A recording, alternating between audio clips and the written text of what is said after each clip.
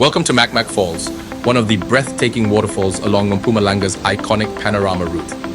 As we soar over this stunning landscape, you can see why this region is known for its natural beauty and dramatic scenery.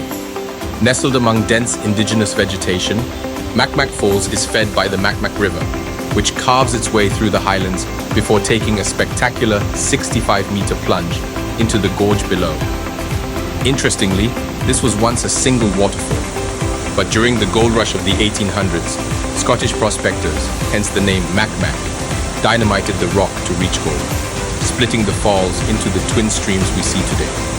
Standing here, you can feel the sheer power of nature, the cool mist in the air, the roar of the water.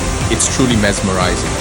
Whether you're an adventurer, a nature lover, or just seeking a moment of tranquility, Mac Falls offers an unforgettable experience. And this is just one of the many gems along the Panorama Route. A journey filled with waterfalls, deep canyons, and breathtaking views. So if you haven't visited yet, what are you waiting for? Mac Falls is calling.